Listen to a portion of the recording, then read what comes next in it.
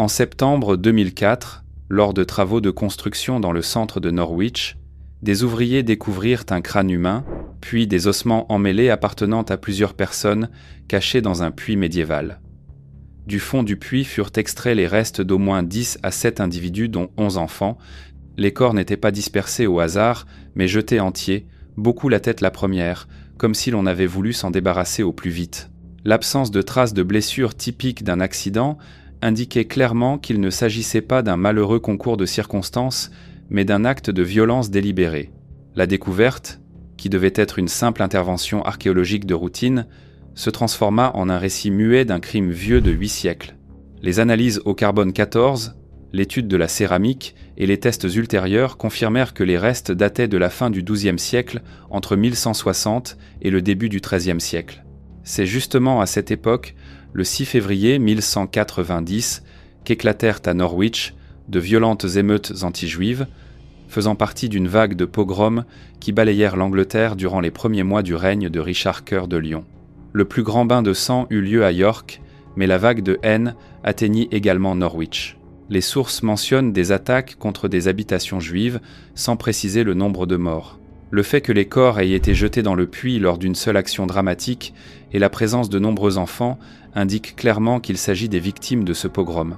Pendant de nombreuses années, les restes furent conservés dans un entrepôt du musée, jusqu'en 2011, lorsque la BBC ordonna une nouvelle étude utilisant des méthodes médico-légales modernes.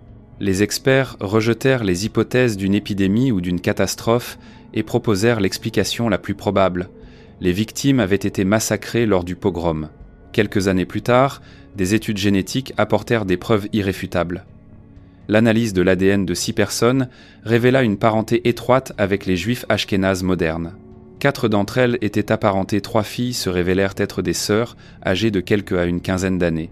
Leur génome contenait également des variantes génétiques associées à des maladies plus fréquentes aujourd'hui dans les populations juives, repoussant l'origine de ces mutations de plus de 8 siècles en arrière.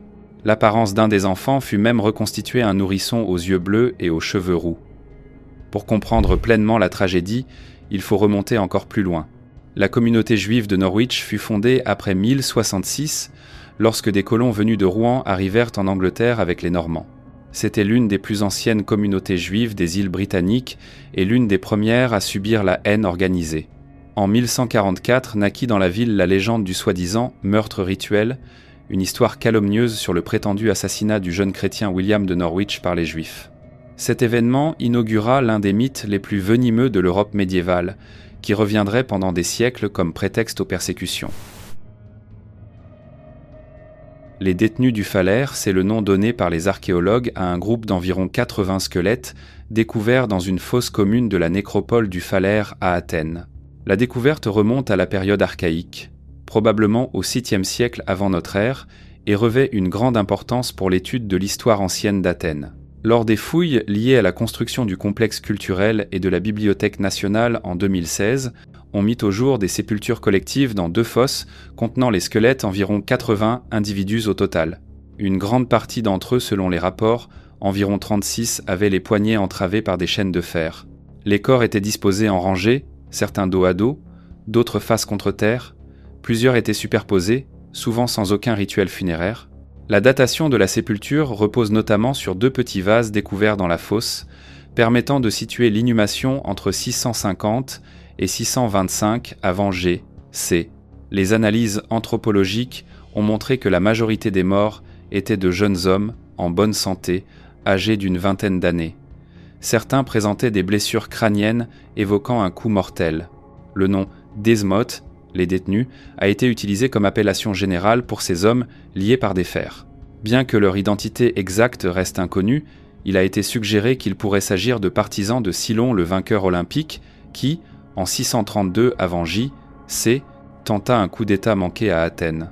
Les récits historiques, notamment chez Thucydide et Plutarque, rapportent que les partisans de Cylon, réfugiés dans un temple, furent ensuite conduits dehors et exécutés malgré des promesses de protection. Toutefois, les archéologues restent prudents face à cette interprétation, car aucune preuve directe ne relie la découverte à ces événements historiques, et les sources écrites de cette époque sont fragmentaires. La nécropole environnante du Phalère couvre une zone où, au fil des siècles, furent enterrés différents groupes de population des nourrissons dans des amphores aux adultes, dans des tombes simples ou plus élaborées. Cela rend le contexte de la découverte des détenus d'autant plus frappant. Au milieu de sépultures ordinaires, elle se distingue comme un acte de violence collective et d'extermination exceptionnelle. L'homme de Grobal. Il s'agit d'un corps de tourbière découvert en 1952 dans la tourbière de Nebelgård-Mose, près du village de Grobal, au Jutland, au Danemark. C'est l'un des corps de tourbière les mieux conservés connus et il est daté de la fin du IIIe siècle avant J.C., durant le début de l'âge du fer. Le corps fut trouvé à environ 1 mètre sous la surface de la tourbe. On découvrit d'abord une partie du bras, ce qui conduisit à la mise au jour de l'ensemble du corps. En raison de l'environnement du marais faible, teneur en oxygène, forte acidité, les tissus mous, la peau, les cheveux et même les empreintes digitales furent préservées. Les analyses au radiocarbone effectuées sur le foie confirmèrent la datation autour de 320 avant J.C. L'étude des blessures montra que l'homme avait probablement été tué par une entaille à la gorge d'une oreille à l'autre, sectionnant la trachée et l'œsophage, une blessure qui ne pouvait guère être auto-infligée. Les anciennes hypothèses sur des coups au crâne furent écartées. Les examens au scanner révélèrent que les déformations étaient dues à la pression post-mortem des couches de tourbe. Aucun vêtement, bijou ou outil ne fut retrouvé, il s'était peu, être décomposé dans la tourbe, ou bien l'homme était mort nu. L'analyse anatomique et tissulaire montra qu'il ne pratiquait pas de travail manuel lourd, ses mains étaient lisses, sans trace d'usure. Les dents et les os présentaient des signes de malnutrition ou de maladies infantiles, et la colonne vertébrale des signes de dégénérescence. Les viscères furent également analysés des graines de plantes, et la présence d'ergots de seigle furent identifiés dans l'estomac et les intestins, donnant des indications sur son régime alimentaire et les circonstances possibles de sa mort. Certains chercheurs interprètent sa mort comme un sacrifice rituel aux dieux ou comme une exécution, mais aucune preuve définitive ne permet d'écarter l'une ou l'autre hypothèse. Après la découverte, le corps fut soumis à un processus de conservation. Initialement exposé au public, il développa des moisissures. Il subit ensuite un long traitement de tannage, près de 10 à 8 mois dans un bain de chêne, puis un remplissage à l'écorce de chêne pour maintenir la structure corporelle. Au fil des décennies, des examens radiologiques, des tomodensitométries et des reconstitutions 3D furent réalisés. La femme de Haraldskar. C'est un corps féminin exceptionnellement bien conservé de l'âge du fer, découvert en 1835 dans une tourbière du domaine de Haraldskar, au Jutland, au Danemark. Elle appartient au groupe des momies des tourbières, des corps préservés grâce aux conditions anaérobies et acides des marais pendant plus de 2000 ans.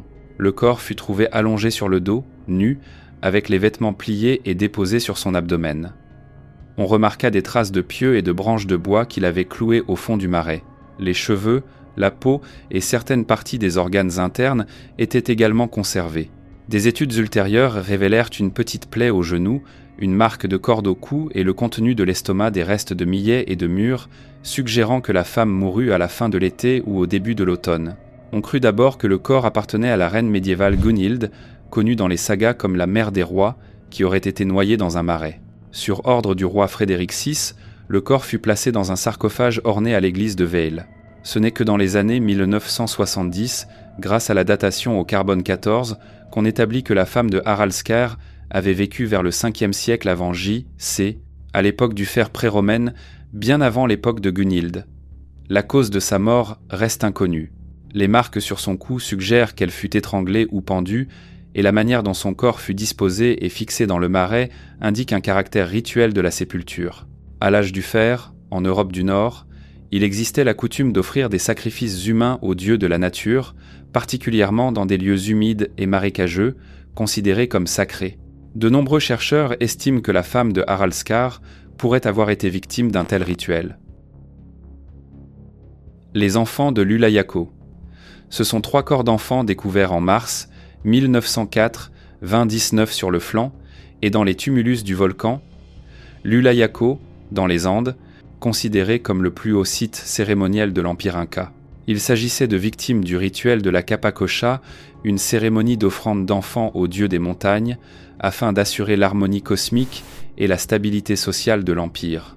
Les corps, appelés Ladoncella El Niño et la Niña del Rayo, furent retrouvés dans des cavités creusées dans la roche, à environ 1,5 mètre de profondeur, séparées les unes des autres et recouvertes de couches de terre et de pierre. Autour d'eux se trouvaient de riches offrandes figurines miniatures, céramiques, textiles, éléments en coquilles de spondylus, ainsi que des objets rituels typiques de la culture inca. L'état de conservation des momies est exceptionnel.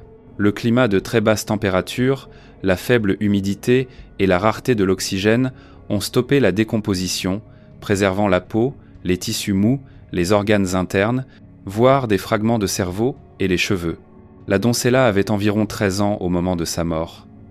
Son état suggère qu'avant le sacrifice, elle avait suivi un régime particulier et consommé des feuilles de coca et de l'alcool, ce qui pouvait avoir un effet apaisant ou cérémoniel dans le cadre du rituel. El Niño avait probablement entre 4 et 6 ans. Il fut le seul des 3 à avoir été ligoté lors de l'ensevelissement. La Niña del Rayo avait environ 6 ans. Son corps fut partiellement endommagé par la foudre après sa mort, l'éclair ayant traversé les couches de sol, détruisant tissus et parties du corps. Les analyses isotopiques des cheveux et tissus ont montré que, dans les mois précédant la mort, leur alimentation avait changé de manière significative, la consommation de protéines et de viande avait augmenté, signe d'un traitement privilégié par l'élite impériale. Chez la Doncella, on a décelé une infection pulmonaire, sans signe de traumatisme soudain. Certaines interprétations suggèrent que les enfants ne furent pas tués violemment, mais plongés dans un état d'inconscience avant d'être mis à mort être par suffocation ou par hypothermie. Ötzi. C'est un homme âgé de 5300 ans, retrouvé face contre terre dans une dépression alpine, lorsque neige et glace ont figé sa dernière position, préservant non seulement son corps, mais aussi les traces de son meurtre. Découvert par des touristes le 10 à 9 septembre 1991 près du col de Tizenjok, à la frontière entre l'Autriche et l'Italie, il possédait encore ses effets personnels. Une hache en cuivre, un poignard, un carquois, un manteau en herbe tressée, des chaussures remplies de foin, et 60 et un tatouage simple sur la peau. Aujourd'hui à Bolzano, il est la plus ancienne momie naturelle d'Europe. Un homme d'environ 45 ans, mesurant environ 1,60 m, dont l'histoire de survie s'est achevée dans une embuscade à 3210 mètres d'altitude. Les preuves sont saisissantes. Une pointe de silex l'a frappé dans le dos, s'est logée profondément dans l'épaule gauche et a sectionné l'artère sous-clavière, une blessure mortelle entraînant une hémorragie en quelques minutes. Les analyses tomographiques et examens ultérieurs suggèrent également un traumatisme crânien peut être causé par une chute sur la roche alors qu'il perdait connaissance. Une profonde entaille sur la main droite, infligée 1 ou 2 jours auparavant, semble indiquer une tentative de défense. L'image qui se dégage n'est pas celle d'un voyageur égaré, mais d'un homme traqué dont la dernière ascension s'est terminée dans la violence. Ses dernières heures furent douloureusement ordinaires, et c'est cela qui rend son histoire si triste. Il n'était ni affamé ni épuisé. Avant sa mort, il avait mangé un repas copieux composé de viande de bouquetin et de cerf, ainsi que de grains d'amidonier, un mélange riche en calories, idéal pour un passage ardu en montagne. Dans son estomac, les scientifiques ont trouvé la bactérie Helicobacter pylori, responsable d'affections gastriques, ainsi que d'autres signes de maladies chroniques. Ces tatouages, de simples lignes tracées le long des articulations douloureuses et du bas du dos, avaient probablement une fonction thérapeutique représentant une forme primitive d'acupuncture ou de traitement de la douleur. Il était vieux pour son époque et malade, mais il continuait à manger, grimper, réparer ses outils, marcher, jusqu'à ce que la flèche l'atteigne. Ce qu'il portait et transportait esquisse la vie brutalement interrompue d'un homme ingénieux, un manteau en herbe tressée pour se protéger de l'humidité, des jambières en peau de chèvre, un bonnet en peau d'ours pour la chaleur et des chaussures en fibre de libère remplies d'herbe pour l'isolation. Son équipement contenait un véritable trésor technologique, une hache en cuivre d'une pureté de 99,7%, montée sur un manche en if, si rare qu'elle suggère un statut élevé et de vastes relations sociales. Il avait aussi un couteau en silex, un long arc en if inachevé, un carquois en peau de cerf avec seulement 2 flèches prêtes, des récipients en écorce de bouleau, dont l'un servait probablement à transporter des braises, et l'armature d'un sac à dos. Rien dans cet ensemble n'indique un vol, tout suggère la soudaineté des événements. On imagine aisément un homme qui comptait encore achever quelques tâches, monter un camp, rentrer chez lui. À la place, la glace a figé ses projets et sa tragédie.